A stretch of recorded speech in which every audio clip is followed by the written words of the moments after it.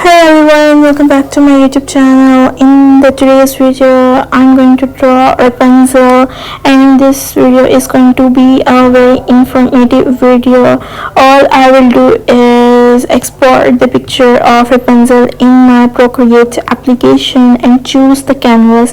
I will choose the one that is already ready-made in the Procreate app, though we can make our own canvases as well. I will choose the A4 canvas and I will start drawing some grids on the picture of Repunzel, and then what I will do is duplicate that layer of the grid that I will make on the Repunzel, and I will duplicate that layer, and then I use the arrow sign and take that grid to the other side of the canvas and resize it according to my need, and then I will start drawing Rapunzel over it. I will use different brushes. I will give the name of the brushes in the caption too, and in the description as well. So guys, please make sure to watch this video till end to understand that how I end up making this, and watch it again and again to understand the techniques I'm using.